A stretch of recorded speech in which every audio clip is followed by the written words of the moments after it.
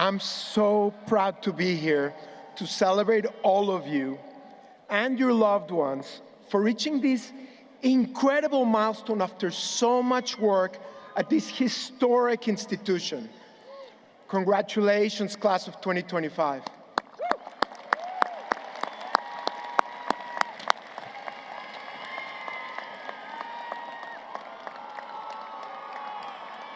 Berkeley is consistently ranked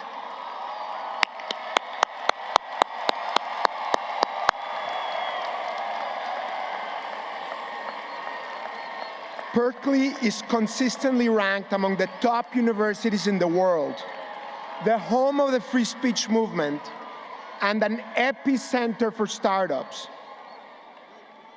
I love that nearly 1/3 of you are the first-generation college students.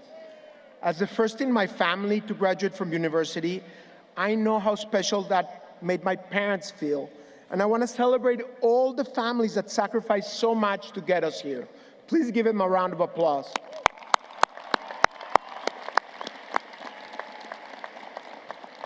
I'm personally excited for 2 reasons to be here. It may have been leaked that I went to Stanford Law, and as Shri, Asher, and Rachel chose to remind us, Berkeley has defeated Stanford at the big game every single year since your class started. So now that you're graduating, maybe Stanford finally has a shot. Jokes aside, I'm super excited to be here because I know I'm talking to those who will shape the future at a time of enormous consequence. I have to tell you, I worry a ton. Maybe it's to be expected from a confused Mexican Jew.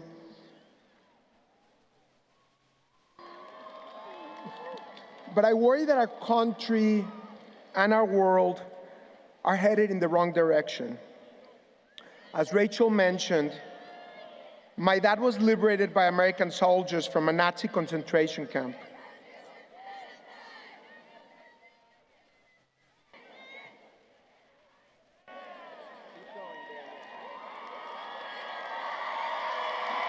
I'm very proud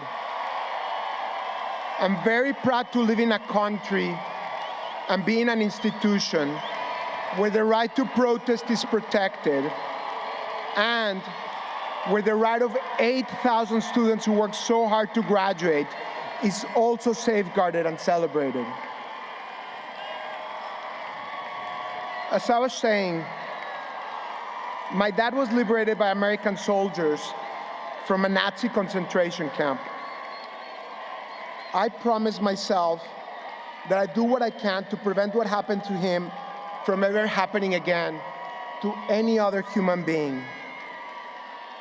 I worry about the world that we're going to pass on to you and to my children. And I kind of also worry that you can't decipher what I'm saying because of my thick accent. I sound like my bar mitzvah was catered by a taco truck. It was. And yet, right now, I could not be more hopeful about being here with you. My generation complains about how you guys are on the phone all the time, using words like Riz and Delulu, buying jeans with holes. The math is not mathing. But I actually want you to know that we're all rooting for you, and you know why? Because we know that your generation holds the key to what will come tomorrow. It's you that will deploy AI and biotech to discover medicines that will eradicate cancer. It's you that will create social ventures that reduce homelessness. It's you who will reimagine the future and probably code it, protest it, compost it, and write a Substack about it too. Where you go, our world will go. And by the way, I'm pretty sure our world's in good hands, having learned that Berkeley students believe that if you roll down 4.0 hill, you'll get a 4.0 GPA. But if you step on one of the seals surrounding Glade, you won't get a 4.0, but you can inoculate yourself by kissing 4.2 ball in front of the campanile. I figure that Berkeley has produced 70 Nobel laureates, so whatever works for you guys.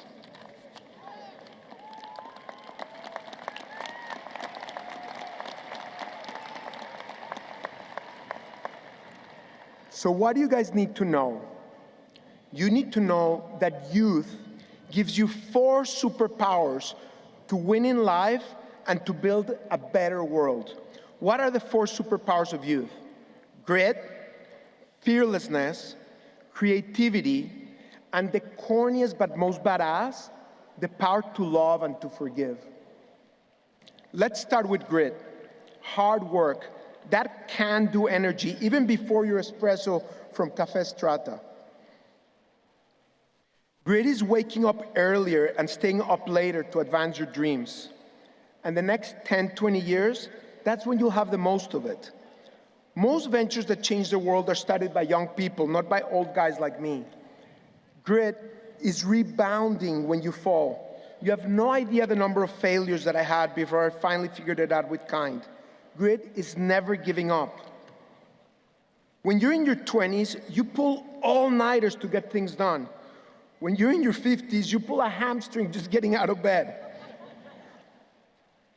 Early in your careers, you own less, you consume less, which means you can produce more. This is your time. Use your grit to change the world. Your second superpower, fearlessness. That irreverent confidence of youth. You are invincible. At least you think you are, and that belief helps you act on your dreams. Let me give you an example. In the early 2000s, while building Kind, I was also building bridges between Israelis and Palestinians. And thank you. And during a trip to the region, one of my mentors, who's Rabbi Brian Lurie, incidentally a member of the Haas family, told me that he loved me because he thought I was so naive. I was very offended. I told him, I'm not naive, I'm just determined. He noticed that I got defensive, and he explained that he meant it as a compliment, that he was inspired by my determination to not give up. And only with the benefit of time do I see what he meant. When you don't know any better, you dare to try the impossible. And in so doing, sometimes you prove that the impossible is actually possible. When we get older, we accept too much as given. We get jaded, and we get really good at telling everyone else why they will fail if they try to do something daring. But guess what? It's those naive young souls that change the world.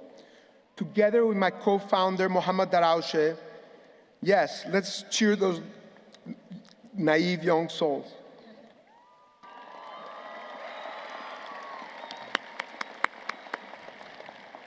Ultimately, together with my co-founder, Mohammad Daraoche, we built the largest grassroots movement among Israelis and Palestinians, and we trained thousands of young leaders to work together for a better future.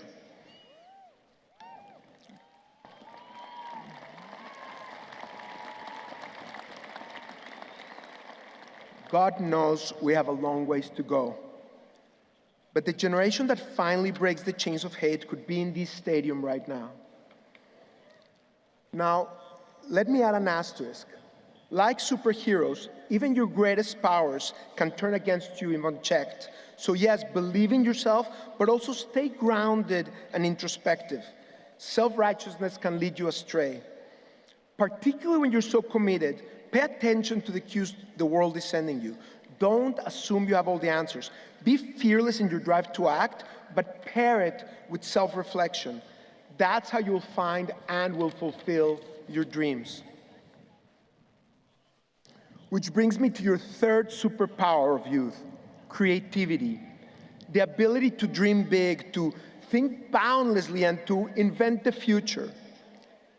Did you know that at age 5, 98% of kids test at genius-level creativity?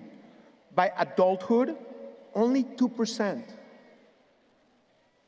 At Kind, we practice the and philosophy. Instead of choosing between A or B, we challenge false compromises to unlock new ideas that would hopefully help us achieve A and B. Thinking with and is not just good for business, but for healing divisions. Us versus them thinking, black versus white, Democrat versus Republican, victim versus oppressor, robs us of the chance to learn from one another. The best solutions come from listening, being challenged, and choosing to elevate one another. It's easier said than done. The last few years have been so hard on all of us. So much division, so much hate. When we feel threatened, we get tribal. We ask, is this an ally or an enemy? And once labeled, we stop seeing nuance or humanity. We defend our tribe no matter what. We counteract our enemy no matter what. We instinctively don't want to feel empathy towards them, as if acknowledging their humanity will weaken our claim. But denying the humanity of the other is not the answer. We don't want to become destroyers.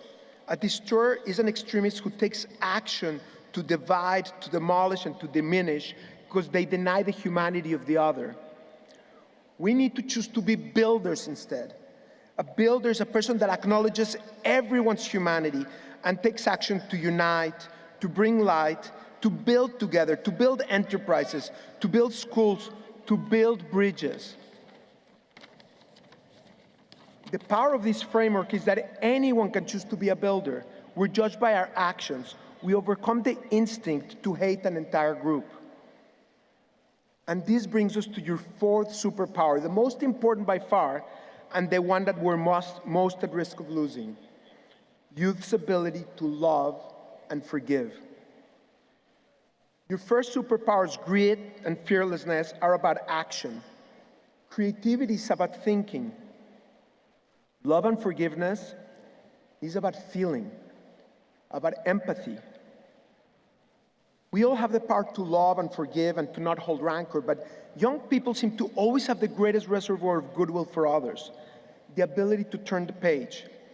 As we age, we become more resentful, more unwilling to give grace, more convinced that our experiences lead us to the dogma of our subgroups rather than to the wisdom of humanity. But now, that power to love and forgive is being tested even among young generations by so many forces contributing to toxic polarization, including the impersonal nature of social media, all those algorithms that just tell us what we want to hear rather than what we need to hear, and the viciousness of today's political world. And please believe me when I tell you, you can have all the spirit of action, all the brain power in the world, but if your heart gives in to hate, nothing will make you happy. Nothing will bring you fulfillment.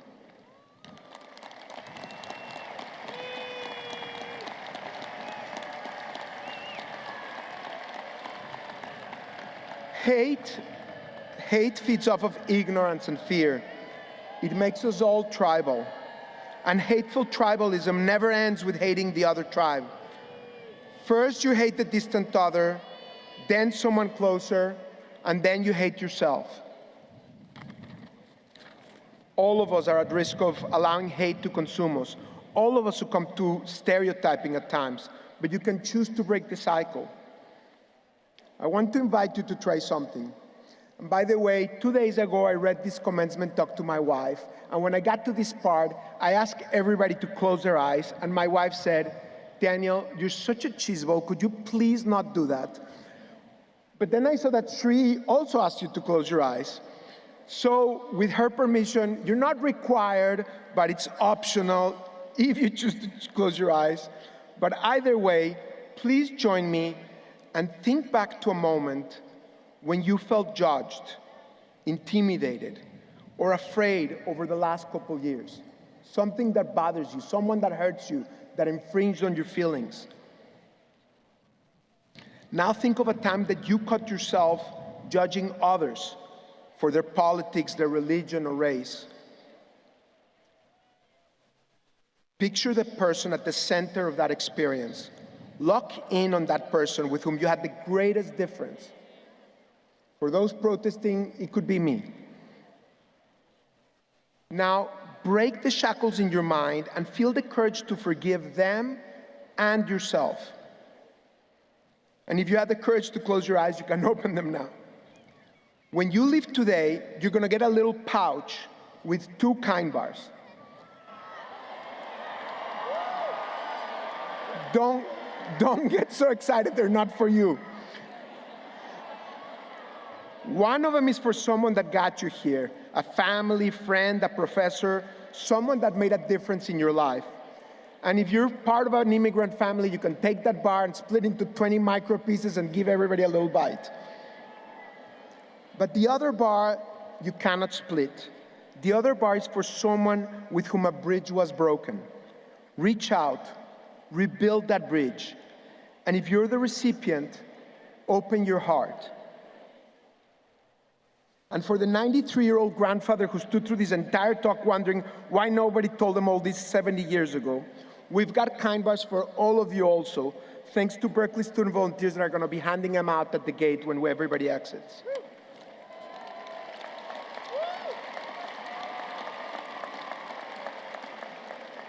Because this is the big reveal. Youth isn't an age, it's a mindset. Youth isn't an age, it's a mindset. Every one of us can train our minds to stay young and deploy the superpowers of youth. Graduates, you were admitted to Berkeley because you have the power to build a better world. Practice the incredible gifts of youth to make it so. Every day, in how you act towards one another and within yourself, with grit, fearlessness, creativity, and above all, love towards all. Thank you, and go get them.